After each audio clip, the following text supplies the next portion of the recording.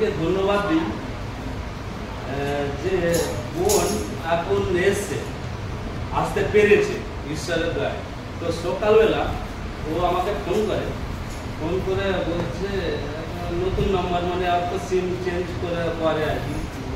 তো যাই number phone করে তো আস্তে আস্তে কথা বলছে, যে খুব মানে লুকি আর কি কথা বললে যেটা হয়, যেমন জাগতিক ছেলেমেয়েরা প্রেম করলে যেমন হয় লুকি বাবা মার আড়ালে, ঠিক সেই রকম খুব আস্তে আস্তে করে বলছে, দাদা এরকম ব্যাপার, বাবা ইচ্ছা খুব চাপের মধ্যে আছে, গুরু হয়তো যেতে পারবে না, আমি একাই যাবো।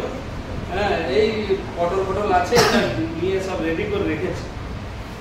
আর এইসব বলছে, বলার সঙ্গে সঙ্গে ঝড়, মানে সবাই মানে ওদের বাড়িতে একটু সমস্যা হচ্ছে, মানে সমস্যা করতে গেলে কাজ কারবারের ব্যাপারে জড়িয়ে আছে, তো সবাই বাধা। এই যে কথাটা বলতে যে এইটা বলার মতো পরিস্থিতি নেই, ওই কথাটা বলতে যে তাই ঝড়ের মতো একবার ঘুম চলে এসছে, যায় এখন ফোন রাখো, আবার একবার সম্মতায় আসে এরকম বলছে, তোমাদের কি মাঝে মাঝে একদম ইয়ে হয়, নানা রকম বলছে।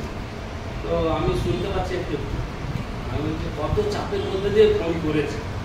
তো ঈশ্বর ধন্যবাদ দিই, ফোনটা যখন বাধ্য হয়ে কেটে দিতে হয়, আমি বললাম যে ঠিক আছে, আমি আবার বললাম একটুখানি ছোট করে প্রার্থনা করে দিয়ে রাখবি, ও সেই সুযোগও পাইনি। তো যাই হোক ফোন কেটে দিয়েছে, কেটে দেওয়ার পর আমি তখন বাইবেল নিয়েই বসছিলাম, আজকে দৈনিকটা তখন দেখছিলাম। তো তখন আমার খুব মনে খুব কষ্ট হচ্ছে যে তাহলে কত চাপের মধ্যে বোন পড়ে আছে। তো প্রার্থনা করছি আমি তখন বোনের জন্য, সে কিন্তু নেই, কিন্তু তুমি আছো, শুনতে পাচ্ছ যে প্রভু সে যে এত চাপের মধ্যে দিয়ে তোমাকে ধরে থাকতে চাই, তুমি ধরে রাখো, তুমি তাকে সাহায্য করো যেন সেই শয়তানের বেড়া থেকে বেরিয়ে আসতে পারে। তুমি না সাহায্য করলে কোনো কিছু সম্ভব নয়। তো তখন আমার চোখে জলেও এসেছে, হৃদয় দিয়েই প্রার্থনা করছিলাম। তো তার খানিকক্ষণ পরে প্রার্থনা করা শেষ হয়নি, আবার ফোন করেছে, ঠিক লুকি আবার সেই লুকি আবার এসে গেছে। তো যাই হোক, হ্যাঁ, ও তখন বলছে আমি বাইরে এসেছি, তাও কি আমাকে ওই বাইরে আসতে দেবে, মানে বাথরুম গেছে, তাও এরকম ব্যাপার আমি বুঝতে পারছি না। তো যাই হোক, এইরকম পরিস্থিতিতে যে বোন আমার এসছে, ঈশ্বরের ধন্যবাদ দিই। এটা ঈশ্বরের সাহায্য না থাকলে হ্যাঁ, এটা কোটি ধন্যবাদ দিই। এইভাবে যেন ঈশ্বর তার সন্তানদের রক্ষা করে এবং তার পথে চলতে সাহায্য করে। কেননা আমরা দুর্বল মানুষে আছি, আমরা চাইলেও পারিনি, কিন্তু সেই ঈশ্বরের যদি সাহায্য পাই তাহলে আমরা সবই পাই। বলছে তোমার মানে আমার অসাধ্য কিছু নেই যদি আমি ঈশ্বরের সমর্পিত হতে পারি। এবারে একদিন এক জায়গায় পথ দেখবো, সেখানে ঈশ্বর বলছে তোমাকে ঠিক করতে হবে, সাধু পৌলকে বলছে যে তোমাকে ঠিক করতে হবে, কি বলবে। আচ্ছা সেই পদটাকে দেখি,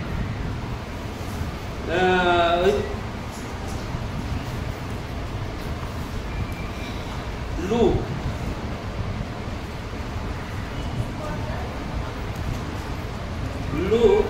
21 অধ্যায় 14 পদ দেখো, 14-15 পদ।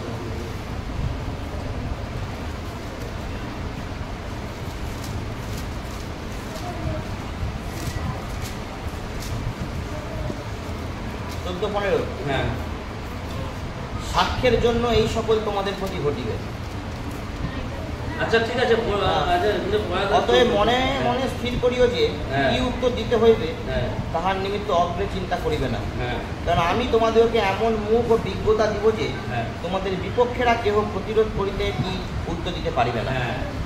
ঈশ্বর আমাদেরকে একটা খুব গুরুত্বপূর্ণ এখানে কথা আমাদেরকে প্রতিজ্ঞা করেছে, এটা বলেছে তোমাদের আগে থেকে চিন্তা করার দরকার নেই কি বলতে হবে। আমরা অনেক সময় যেখানে যাই বলি না কেন, লোক সমাজেও যদি কিছু বলতে হয় আমরা ঠিক করে নিই যে এটা এখানে এই বলবো, এই করবো।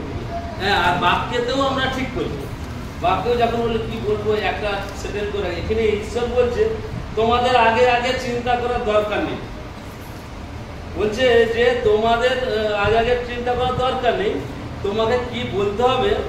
কারো বিরুদ্ধে যদি কোনো রকম কোনো ধরো এমন পয়সা এসছে আমাদের বিরুদ্ধে ষড়যন্ত্র কেউ করেছে, হ্যাঁ, কি বলতে হবে না বলতে হবে সব ঈশ্বর জোগাবে। বলছে আমি তোমার মুখে এমনভাবে ব্যবহার করব তারা কিছুই উত্তর দিতে পারবে না। তো সেই ঈশ্বরের ধন্যবাদ দিই, আজকেও ঠিক সুন্দরভাবে বোন এই সহভাগিতায় এসছে।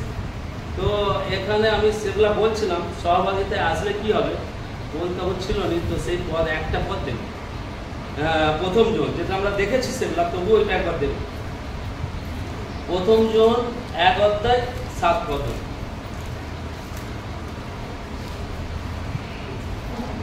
হ্যাঁ, কিন্তু তিনি যেমন জ্যোতিতে আছেন, হ্যাঁ, আমরাও যদি তেমনি জ্যোতিতে চলি, হ্যাঁ, তবে পরস্পর আমাদের সহভাগিতা আছে, হ্যাঁ, এবং তাহার পুত্র যিশুর রক্ত আমাদেরকে সমস্ত পাপ হইতে সূচি করে।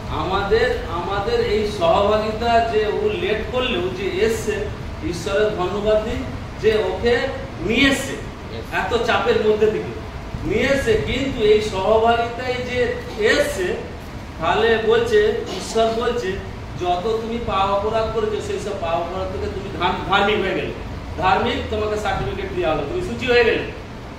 তো ঈশ্বর ধন্যবাদ দিই, আমাদের যেন প্রত্যেককে এইরকম বাধা বিপত্তি ছেড়েও আমরা যেন আসতে পারি। তো আমি এখন প্রার্থনা করছি, এখন ঈশ্বরের কথা একটু বলবে সুপ্রিয়দা, কিছু বলবে, ঈশ্বর ঠিক ব্যবহার করবে আমাদেরকে যেমনভাবে ব্যবহার করছে। আমরা তো সব ঈশ্বর সম্বন্ধে পারদর্শী নয়, আমরা নতুন বিশ্বাসী।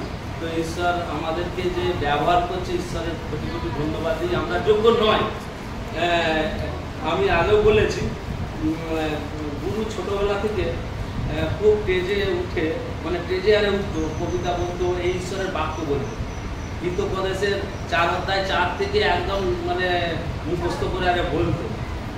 আমি তখন বুঝতে পারলাম আমি কী সব শেখাই, কী বলে, কি স্টেজে গিয়ে বলে, তাই হাততালি কিছু বুঝেনি, আমিও বুঝতে পারিনি। কিন্তু তখনও ও এমন স্টেজে উঠে বলেছে, সব জানে, দেবজানি দিয়ে আরে অনেকেই জানে। কিন্তু আমি স্টেজে উঠলেই আমার কি বলবো, মানে লোক দেখলেই, কালো মাথা দেখলেই ব্যাস, মুখস্থ যতই থাক ব্যাস। একবার আমাকে আঙ্কেল নিয়ে গেছিল, আমি তখন বিশ্বাসী নয়, আঙ্কেল বলতে গেলে বাবাকে বলেছে বিষ্ণুপুরে যেতে, বিষ্ণুপুরে একটা প্রোগ্রাম হয়, বিরাট প্রোগ্রাম, সেখানে আঙ্কেলই সেখানে মেন ছিল, সবই ছিল। তো আমি তখন তো আঙ্কেলের সঙ্গে আমার আলাপ নেই, তো ওখানে বাবা আমাকে নিয়ে যেত। তো আমি কলকাতা থেকে গেছিলাম, এবারে আমাকে, গুরুকে আর বাবাকে 3 জনকে বুক করেছি, কে কোথা থেকে এসছে বলতে হবে। সে প্রচুর লোক, সে বিরাট ব্যাপার, সেখানে বিরাট একটা আয়োজন, বিরাট লোক। এবার সেখানে 3 জনকে আমাদের দেখেছে, কে কোথা দিয়ে এসছে, কে বাড়ির কথা, একটু পরিচয় দিতে সবাই। এবার তো আমার আমাকে তো গুরুকে বলতে, গুরু তো ফটাস করে বলছে এই সেই হ্যান ত্যান নানা রকম, ঈশ্বর তাকে দেখে তো সবাই একদম খুব খুশি, সব হাততালি সেরিয়ে। এবারে আমাকে দিয়েছে, আমার তো হয়ে গেছে, আমাও করতেই হয়ে গেছে। আমি বলতেই পারছি না আমি কোথা থেকে এসেছি, সেটাই বলতে পারছি না যে আমি কলকাতায় কাজ করি, সোনার কাজ করি, এটা বাবা হয়, আমার গ্রাম নীলকুড়িয়া, আমি এসেছি বাবার সঙ্গে, আমি আর কিছু জানি। এই কথা যে বলবো ওইটাই বলতে হবে, মাইক্রোফোন ধরে এমন করতেছি। আঙ্কেল বুঝতে পেরেছে, আঙ্কেল বুঝতে পারছে, কথা বলতে পারছে না। তারপরে আঙ্কেল সেকেন্ডটা আমার কাছে মাইক্রোফোনটা নিয়ে ধীরে ধীরে নিজের মতো করে বলল। তো যাই হোক, তারপরে বাবাও কিছু বলেছে। তো যাই হোক, এইরকম পরিস্থিতি আমার ছিল। তো এই পরিস্থিতি ঈশ্বর যে এখানে আমাকে দান করেছে, এই 10 জনের মাঝখানেও, তো ঈশ্বরের কোটি কোটি ধন্যবাদ দিই যে এইভাবে যেন আমাকে ব্যবহার করে। আর এইরকম ভাবে আমাকে নয়, প্রত্যেককে বলছে, বাইবেল বলছে তোমরা যাজক, তোমরা একজন শুধু যাজক নয়, তোমরা হচ্ছে ভিতরে লেখা আছে রাজকীয় যাজক বর্গ, নিজস্ব প্রজাবৃন্দ। তোমাদেরকে সবাই পাওয়ার দিয়ে আছে, সবাই, শুধু আমি নয়, সবাইকে একই পাওয়ার আছে, সবাই এই রাজকীয় ত্যাগ লোক। সেইবারে একজন সৈনিক, আমরা যেন একজন সৈনিক কি, আমরা যখন কারো হয়ে যুদ্ধ করবো, যুদ্ধ করলে কি রাজার হয়ে যুদ্ধ করি, তো আমরা রাজার সঙ্গে রাজার হয়ে যুদ্ধ করি, রাজা বসে থাকবে, রাজার হয়ে আমাদেরকে যুদ্ধ করতে হবে। সেই রকম ভাবে আমরাও সৈনিক, মিলিটারি, আমরা যেন যে প্রভু যিশু রাজা, তার হয়ে আমরাও যুদ্ধ করতে পারি। আমাদেরকে অনেক আঘাত প্রতিঘাত সহ্য করে আমাদেরকে যেতে হবে। তো যাই হোক, ঈশ্বরের ধন্যবাদ দিই, আমার মতো অধমকে, নরকের কীটকে তিনি মনোনীত করে ব্যবহার করছে।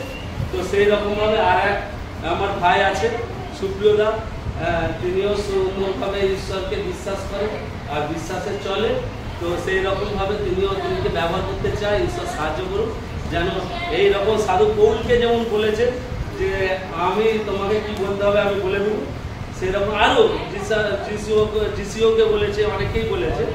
তো সেইভাবে যেন সুপ্রিয়দার মুখকে ব্যবহার করে।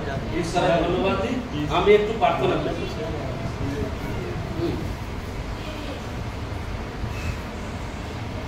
হে পবিত্র পবিত্র পবিত্র স্বর্গের মহান ঈশ্বর বাবা, তোমার গৌরব করি বাবা, তোমার ধন্যবাদ করি, কারণ তুমিই একমাত্র ঈশ্বর, গৌরব প্রশংসা পাওয়ার আর পৃথিবীতে কেউ নেই, ছিল না, থাকবেও না।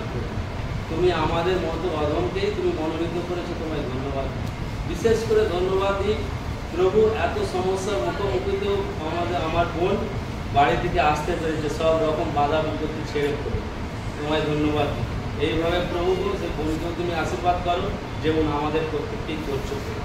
আর বিশেষ প্রার্থনা করি প্রভু, এখন সুপ্রিয়দা তোমার বিষয়ে বলবে, তুমি তার মুখকে ব্যবহার করো, সুন্দরভাবে তাদেরকে চালাও, যেন সুন্দর বাক্যের দ্বারা আমাদেরকে শিক্ষা দেয়, আমরাও যেন সেই শিক্ষা আমরাও যেন হৃদয়ে গেঁথে রাখতে পারি। তুমি আমাদেরকে সেই আশীর্বাদ দান করো। সকল গৌরব মহিমা সমাদর সব তোমারই হোক প্রভু। আমার এই প্রার্থনা শুনলে প্রভু বিশ্বাস করি, প্রভু যিশুর নামে এই প্রার্থনা চাই।